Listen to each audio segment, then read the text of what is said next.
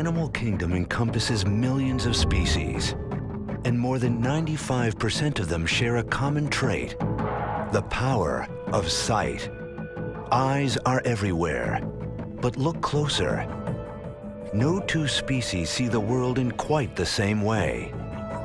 Animals have a tremendous variety of eyes. We see different appearances of eyes, we see different sizes of eyes, we see different configurations of eyes, and this is because animals have different lifestyles. Among the sharpest eyes in the animal kingdom are those belonging to birds of prey. Searching high in the sky for tiny prey demands remarkable vision.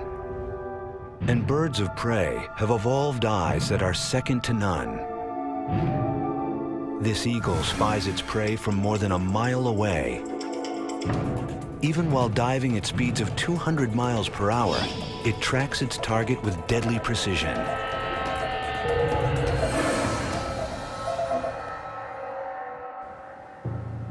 The secret to the eagle's success? The anatomy of its eye. In most cases, the larger the animal's eyes, the sharper its vision. And the eyes of the eagle are huge. Eagles are 100 pounds lighter than we are, but their eye weighs the same as ours. Size is just for starters. The back of our eye has 200,000 light-capturing cells per square millimeter. The eagle's has 1 million, providing 5 times the image resolution. Its lens is flatter and placed farther away from the retina than ours.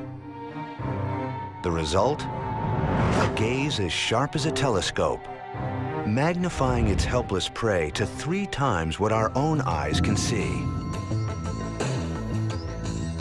What force drives the development of such a remarkable innovation? Evolution. The sparks of evolution are tiny, random genetic changes. Every once in a while, there's a little mistake made when the DNA is passed on from generation to generation. And those mistakes are called mutations. And sometimes the mistakes cause problems, other times they create new opportunities. Mutations that boost survival and reproduction are favored by natural selection. Species that can't adapt disappear. 99% of all species have gone extinct over time. The survivors are equipped with mutations that have given rise to uniquely powerful traits.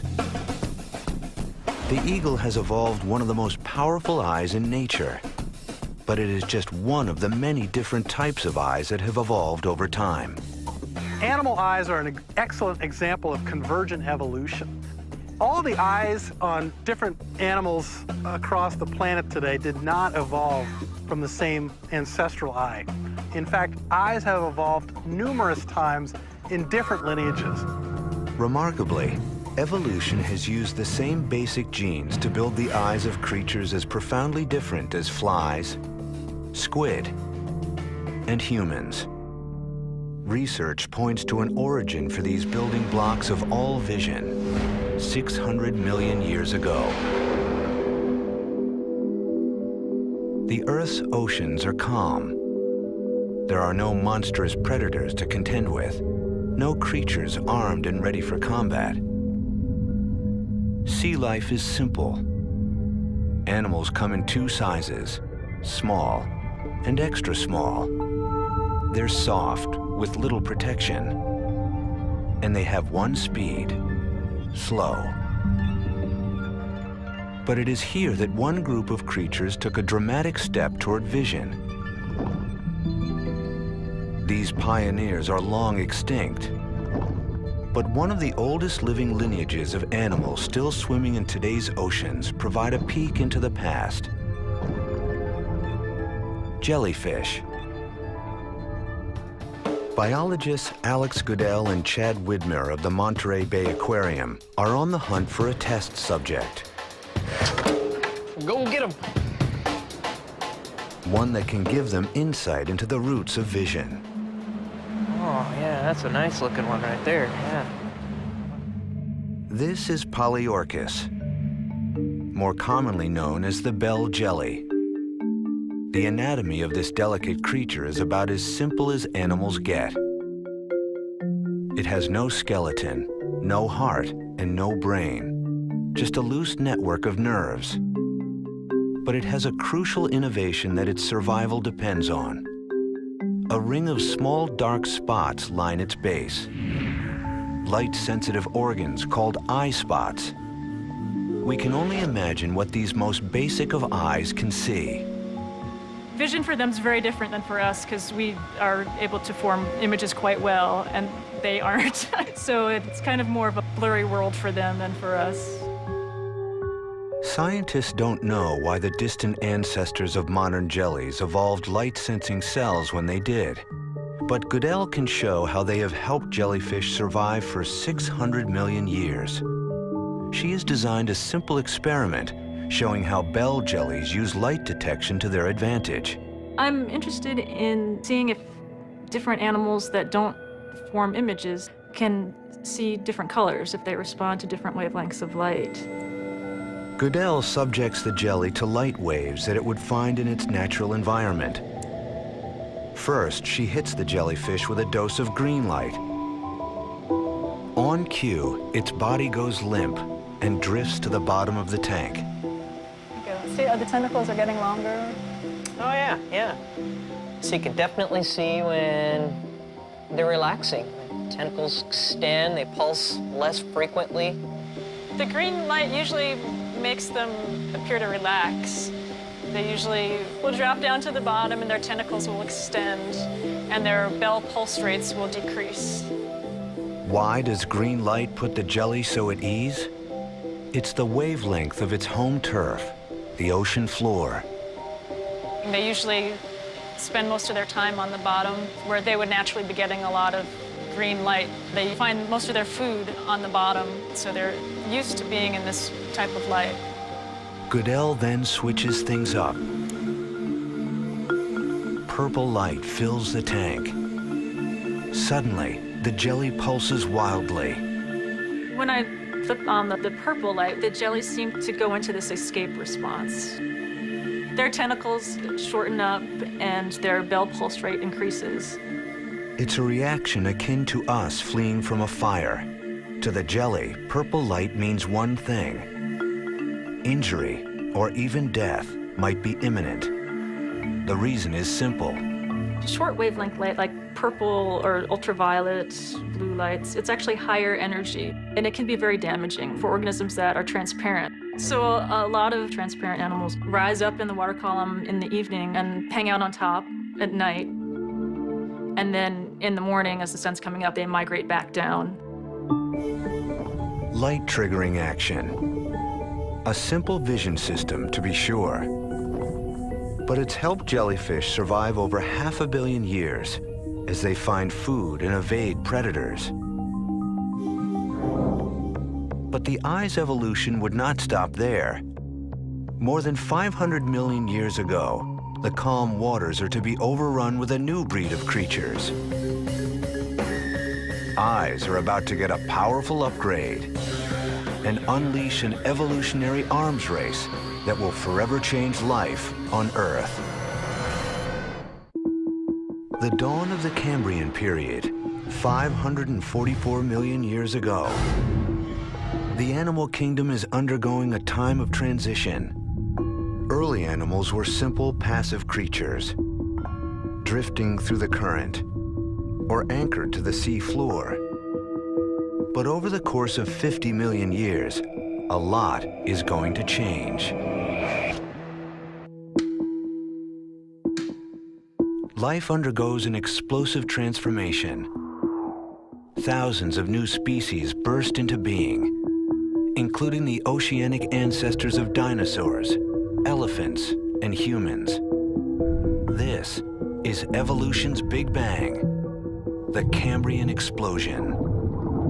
For that time, there was little, if any, animals present on planet Earth.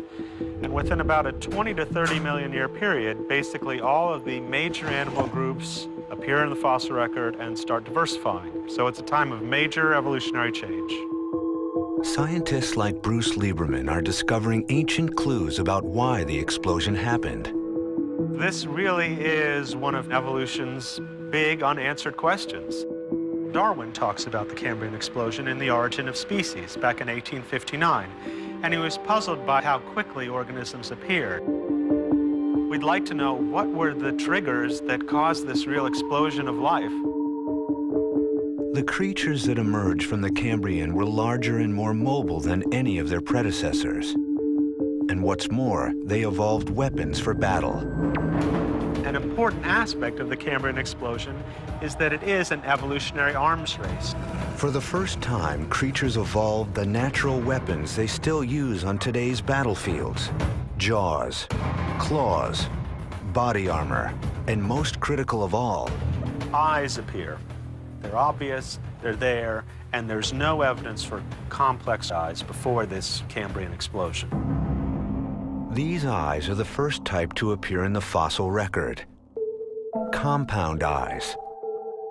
The invention of a group of arthropods called trilobites. Arthropods are joint-limbed animals that today include things like crustaceans, insects, spiders, and so on. The compound eye is a type of eye that's possessed by these arthropods. On closer look, it's clear that these eyes are nothing like our own. So you can see these two round structures on the head, and when you look at them in detail, you can see small circular bodies in a series of rows. Each row has several of these circles, and when we look at them, you can recognize that these are eyes with many lenses. Trilobite eyes are one of the earliest results of the animal kingdom's most feverish arms race. Coincidence? Or was the evolution of more powerful eyes the spark that triggered the Cambrian explosion? Eyesight is part and parcel with predation and things avoiding predators. So if there were not the development of eyes, you might have had some of the sparks of the Cambrian explosion, but I don't think you would have had the full bang. Just how did the trilobite manufacture an eye of such complexity? They took advantage of the materials at hand. Their eyes are made of rock. This rock is calcite, and in fact, it's the same rock or mineral that makes up the trilobite eye. Trilobites secreted this mineral from their skin to form both their rigid shells and equally rigid eyes. That's what their skeleton was made of. They had to evolve an eye out of this substance. So it means we've got a beautiful record of what their eyes looked like. Without calcite, trilobites would be not only naked, but blind. These crystal eyes represented a major advance from the simpler light-sensing cells that came before, and likely gave trilobites a supreme survival advantage.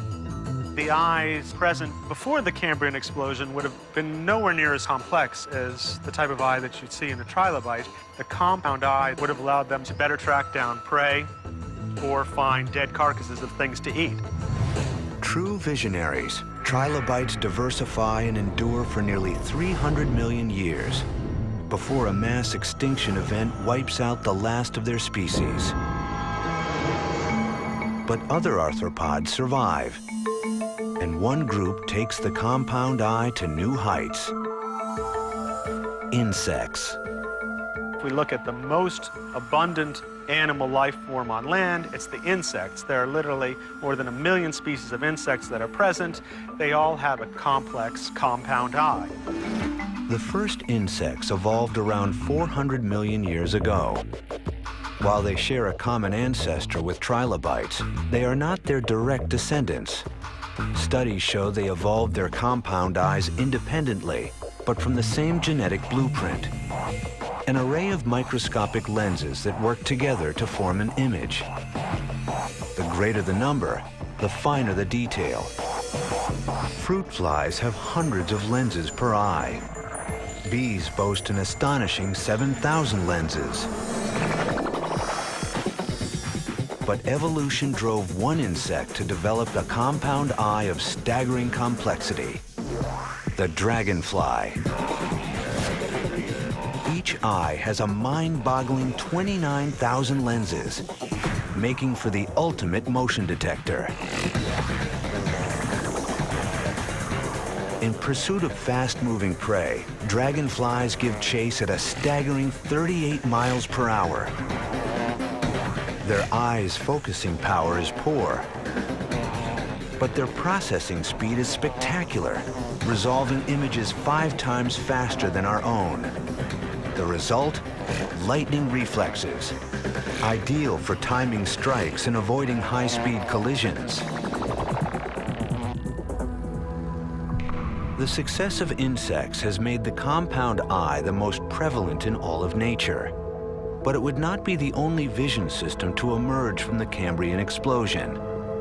Another group of animals evolved, one that would launch the prototype for an advanced eye of their own, the vertebrates. The eyes of insects and the eyes of vertebrates represent different instances of the origin of eyes. They've evolved from different ancestors to achieve the same end. The vertebrate eye gets its start as a simple light detector. Over time, it will evolve and become the targeting system for history's largest predators.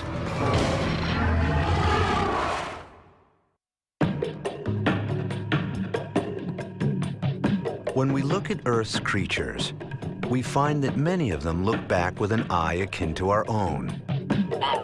In fact, one type of eye powers the vision of all vertebrates, animals with a backbone.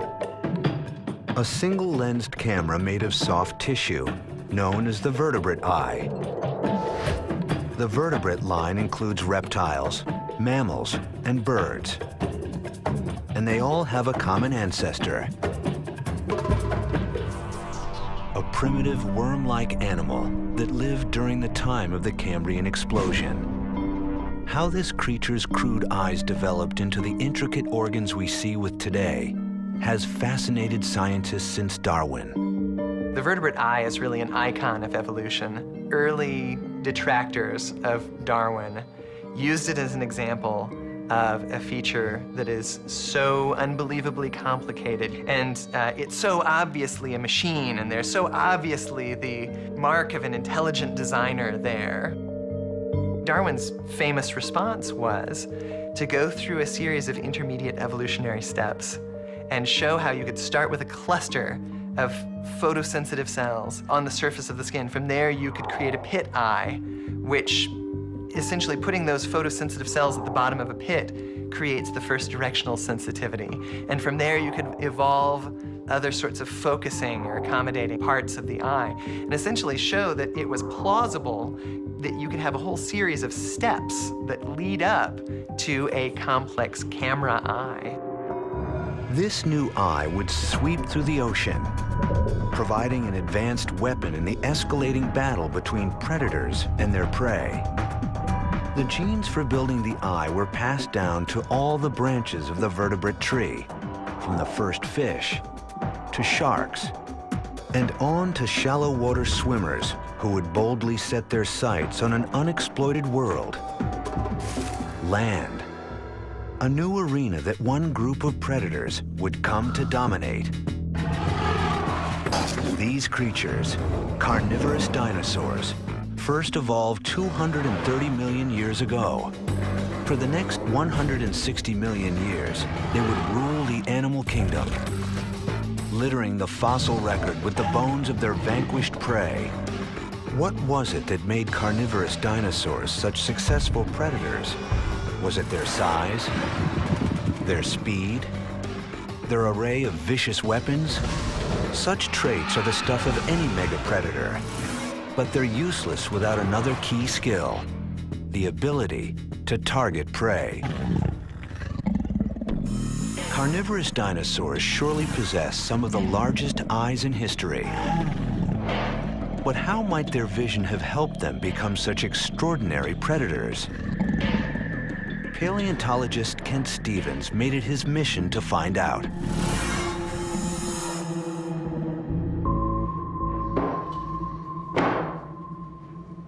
Very interesting to know what it was like to be a dinosaur. What kind of vision did it have? How did it use its eyes? Stevens faced a major obstacle. Unlike their bones, the eyes of dinosaurs have not stood the test of time. It's essential to fill in the missing pieces because the soft tissue of the eyeball, of course, never is preserved. What you mostly have is just the bone. Stevens used the bones to make scale models of dinosaur heads. These models would serve as a window into dinosaur vision. What I came up with is a way to estimate how well the dinosaur could look out into the world by my looking at the animal. Stevens devised a novel way to make his dinosaurs see. Lasers. The beam lit up the eye, allowing Stevens to plot its line of sight. When the illuminated eye became obscured by the creature's brow or snout, Stevens had reached the limit of what that eye could see. I decided I will trace those lines of sight on an intervening glass between me and the animal, where if I couldn't see it, it couldn't see me. By mapping the lines of sight of both eyes, Stevens could calculate their degree of overlap. When I have these dots now, if I connect them, this actually represents the region which both eyes could see. The area where Stevens's markings overlap is known as the binocular field of vision. What advantage does binocular vision provide? Binocular vision, seeing something with two eyes, is very good for making fine depth judgments. If you have two eyes and you can simultaneously focus on an object in space in front of you, your brain can do a little bit of trig and decide exactly how far away that object is. How would this aid a predator? Imagine a large dinosaur whose two eyes face to the side, resulting in two fields of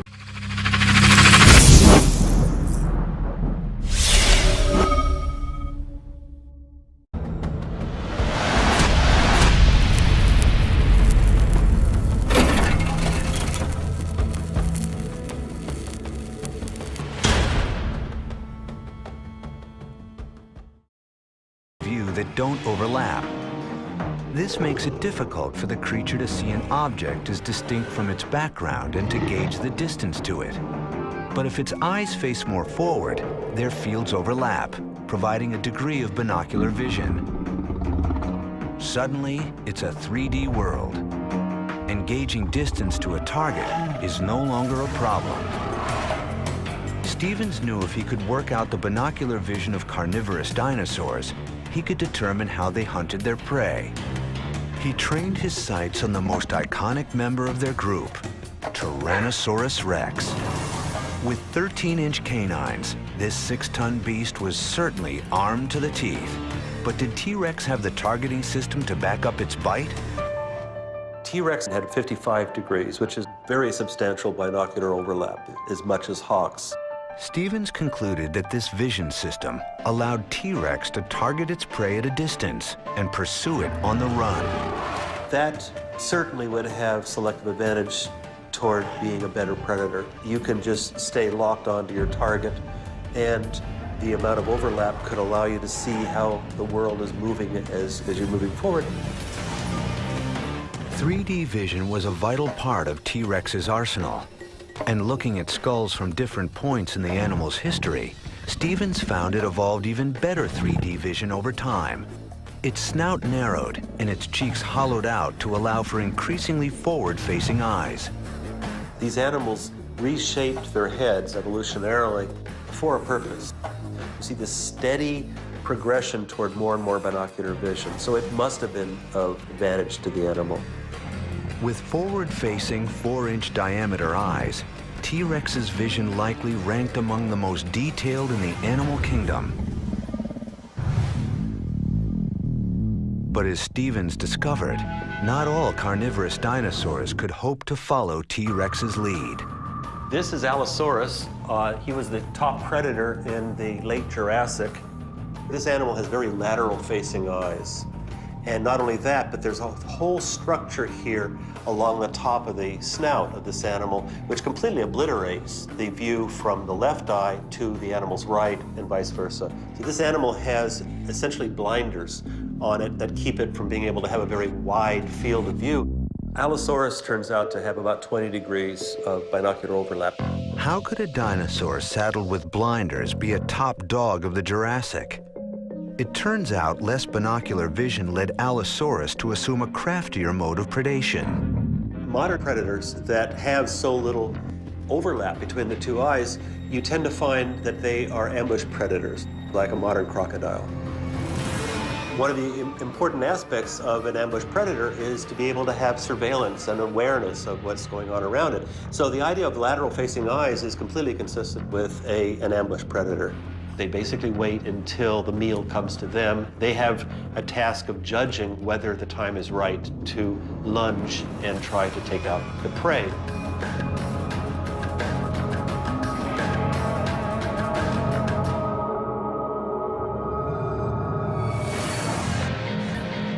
Dinosaurs show how the same winning strategy evolves again and again in predator vision. The opposite strategy holds true for prey animals. Their vision has evolved to help them escape their killers. As predators evolved eyes closer and closer together for targeting, the eyes of their prey moved further and further apart. Today, rabbits take this strategy to the extreme. 360-degree vision. Rabbit eyes evolved to sit high into the sides of its skull. While its vision is not three-dimensional, it allows the rabbit to see any threat at any angle. Rabbits, like humans, are mammals. And back when dinosaurs still ruled the Earth, our mammal ancestors had to do much more than keep an eye out. To survive, they had to find a new niche in vision, one that would allow them to coexist with creatures threatening their existence.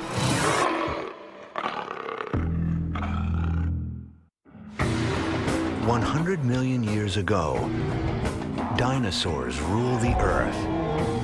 The odds are stacked against any animal competing with these mega predators, especially for the evolutionary newcomers, the world's first mammals, pint-sized animals not much larger than mice."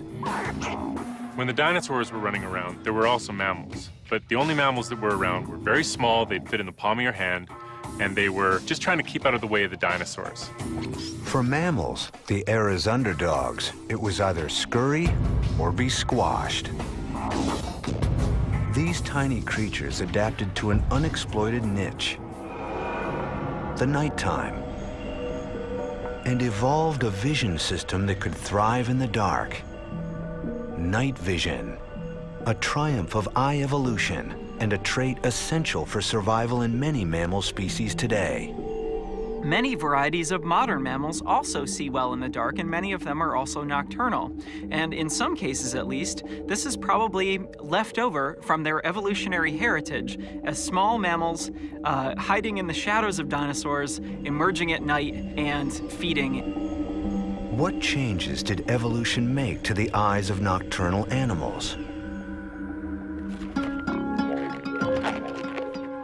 That's a question Chris Kirk is trying to answer. I tell my friends it's one of those things that you would have expected that somebody back in the 18th century went around collecting eyeballs. But to my surprise, when I started looking for data on just the gross anatomy of the eye, there was very little that had been published. And so spent, about 1.5 years collecting eyes. Kirk uses his extensive collection of eyeballs to study the mechanics of night vision.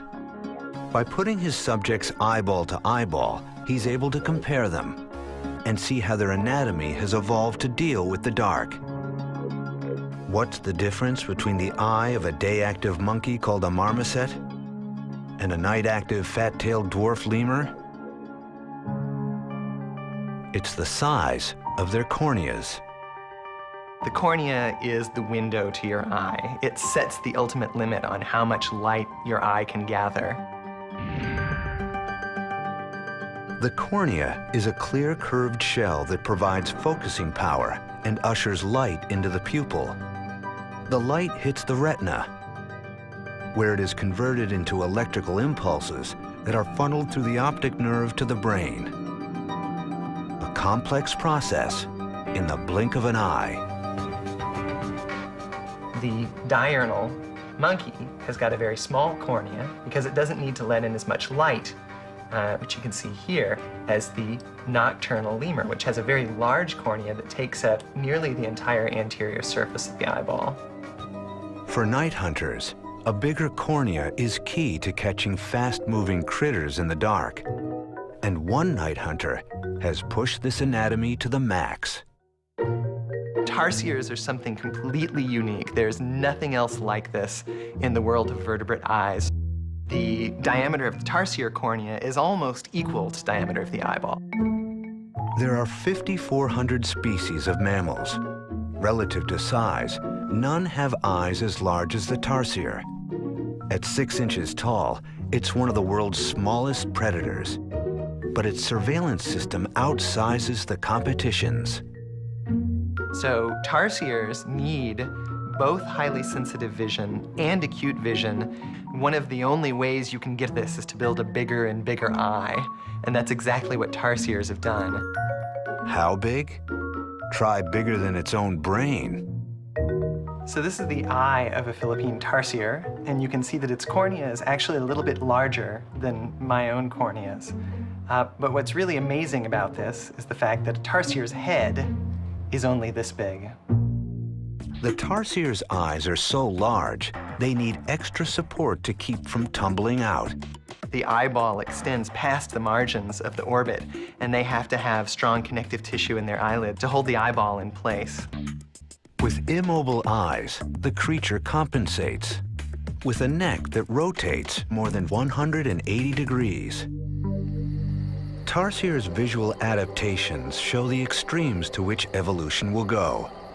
Many mammals, such as big cats, evolved another way to boost their nocturnal vision. A staple in fables and fairy tales, glowing eyes have haunted children for centuries. A nightmare to some is evolution's gift to others. And they can see us just fine. They can see us a lot better than we can see them, for sure. If one of them was over there stalking us, we wouldn't even know that they were there. Even, without this kind of light, they know when we're coming and they know who's coming. Eyeshine functions as more than a mere scare tactic. It's an adaptation that has made cats spectacularly successful night hunters. These guys, they're very active at night, and in fact, you can hear them making their noises, particularly the lion when he starts to roar, even at this hour, high kiki. Also, the eyeshine, not only can they see their prey better, but also I think it makes it more intimidating to any other predators that are out there. The source of the eyeshine is buried deep in the anatomy of the cat's eye. Hold on to your hat. Kirk's careful dissection reveals its inner workings. First, the retina. Then, the light-sensitive tissue lining the back of the eye. This area is known as the tapetum lucidum. Tapetum lucidum is Latin for bright carpet. So it's the bright carpet in the back of your eye behind your retina. So how does the tapetum work? In your eye, or my eye, there's a black pigment behind the retina that absorbs the light so that it's not scattered. But in species with tapeta, any light that's not absorbed by the retina bounces off the tapetum, the mirror behind the retina, and essentially has a second chance to be absorbed. So you've got twice the chance to absorb every incoming photon of light that your eye captures. On the rebound, some of the light shoots back out of the eye, resulting in a glowing effect. For cats, this mechanism yields extraordinary benefits. They require only 1/6 of the light that humans need to be active in the dark. I think of the tapetum as just this marvelous adaptation. It's such an elegant solution to a pretty straightforward biological problem. And, putting a mirror behind your retina to increase sensitivity, what could be simpler? Cats were far from the only mammal group to evolve such an ingenious solution to night vision. Other species would reach the same result entirely on their own. But I think really the most interesting thing about the evolution of the tapetum lucidum is that it's such a good solution to this problem of enhancing sensitivity that many, many different groups of mammals have arrived at this same solution independently. What about us? Even though we are mammals, we struggle to see clearly at night. That's because 30 million years ago, our ancestors shifted from the night to the day. When these monkey-like creatures moved to a new niche, they would evolve eyes that could see the world like never before. The human eye, able to decipher 2.3 million colors with speed and precision that makes a computer look slow. Our color vision is superior to that of many other mammals, who must get by with far less. To a dog, the world is virtually devoid of color. Only a small number of species, including our primate relatives, can see a full range of yellows, blues, greens, and most significantly, reds. But such adept color vision does not exist in the earliest primates. Its evolution has its roots in the aftermath of a mass extinction. About 66 million years ago, a gigantic asteroid caused the extinction of all non-avian dinosaurs and paved the way for the rise of mammals. After the dinosaurs disappear, mammals radiate. All of a sudden, they start diversifying, and one group of mammals is the primates, and they go straight for the trees. Once primates settle into the forest canopy, they evolve into new species. One of those lineages becomes day active, the ancestors of today's monkeys, apes, and humans. They evolve a new adaptation in their eyes not seen in earlier species, an expansion of their color vision, a standard range of colors consisting of blues and greens now include red. Why would primates need to see red in their new world? For clues, biologists look to primates today. Howling monkeys are this wonderful, unique animal that may give us some insights into our own evolutionary past. Biologist Nate Dominy has spent his career researching primates as a means of understanding our own evolution. They're almost like a time machine for looking at what the ancestral monkey in Africa and Asia might have been like. We might get clues to what its diet was like, its social behavior, its anatomy, and that ancestral animal was the one that gave rise to all subsequent monkeys and apes and ultimately humans. Dominy wanted to know why natural selection favored improved color vision in our ancestors. What did they gain by evolving to see the color red? Dominy went on a year-long journey to study primates in their natural habitats. Part of my PhD research was to go to Africa to study monkeys with different diets and to study chimpanzees and to see if there was some sort of common or unifying food item that they might have all turned to that might explain why these monkeys all routinely share a very similar type of color vision. Dominy scanned the rainforest canopy for test subjects, hoping to capture leaf samples from where the monkeys had stopped to eat. But he had a problem. What a monkey eats was high above his reach. It's challenging in the rainforest in particular. When an animal is at the top of that tree eating something and you want the sample, there's not many ways to get it. Left with no other choice, he had to take up arms. We use this very stout, handmade slingshot from Panama that fire small pebbles up into the canopy and leaves will come down. And it's a great way for sampling the types of foods that primates might eat. After collecting and packing up the key samples, Dominy's real work began. Using an instrument called a spectrometer, he recorded the color of each leaf he had gathered in the field. You see that peak in this green spectrum? So that's telling you that this is a green leaf. Now you see how, compared to that last one, this is peaking much more here in this orange region into the red region. Nate's data yielded a remarkable discovery. Not only were the monkeys eating red leaves composed the majority of their diet. It turns out the redder the leaf, the younger and more nutritious it is. old, mature leaves. They're green leaves. They are tough. They're full of toxins. They're generally leaves you want to avoid. So primates in general tend to go for the youngest leaves possible. And if those young leaves also have a color cue that distinguishes them from mature leaves, then it may be advantageous to evolve a mechanism for detecting those young leaves. To primates, red wasn't simply another color. It was a beacon, a homing device, allowing them to target their key food source from a distance. If it sees red leaves in the canopy, then it knows automatically that those particular leaves are young. And so it can save energy, it can save time, it can travel directly to those young red leaves rather than randomly searching throughout its environment. Increased color vision, a strategic evolutionary leap that scientists discovered was one of many. Primates would soon reap the rewards of another crucial adaptation, binocular vision. It's a trait that predators have repeatedly evolved. But for primates, it served a new function.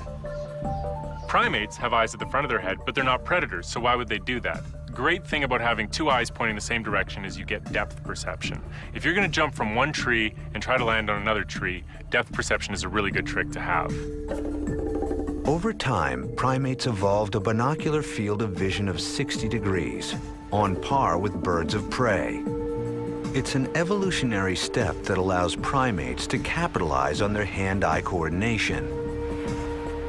But this increased binocular vision comes at a price. Unlike the rabbit, primates now had a limited field of view. Most animals have eyes that are laterally placed on their heads, which is to say the eyes are on the side of the heads. And this provides these animals with a panoramic view. And that's really, really useful for detecting predators that may be coming from behind you. So there's a significant cost to putting your eyes in the front of your head. But the advantages are that you have better depth perception, you have better acuity. Once primates abandoned a vision system built for protection, birds of prey were ready to benefit. Swooping in from the sky and plucking primates from the treetops, these aerial terrors were threats to be reckoned with. Based upon the evidence that we have from the fossils, birds of prey have been exerting some type of selective pressure on primates for as long as there have been primates and raptors. Primates were easy targets for these winged predators. Under siege, primates evolved a new kind of behavior. They had to depend on each other. You can imagine then that once these animals evolved eyes on the front of their heads, they needed to live with other animals so that they could improve the probability of detecting a potential predator. Group living was the primates' answer to predation.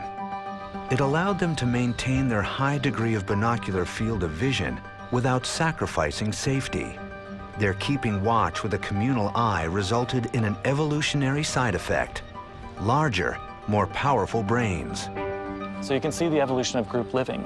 And once group living evolves, you have a strong selective pressure, or you might say that evolution favored larger brains, because that's more individuals that you have to remember.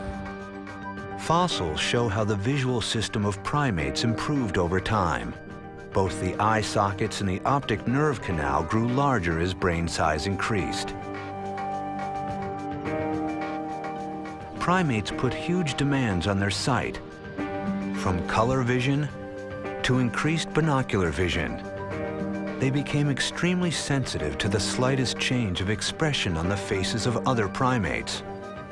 This increased need for visual processing fueled the development of intelligence. And you can see how this sort of runaway process for group living, larger brains, avoiding predation could give you the suite of characteristics that define the primate order to which we belong. A complex and mysterious organ, one that has fueled evolution for more than 500 million years, driving an eternal arms race between predator and prey, and becoming an indispensable tool for millions of species. The eye, an engine of evolution, and one of its ultimate masterpieces.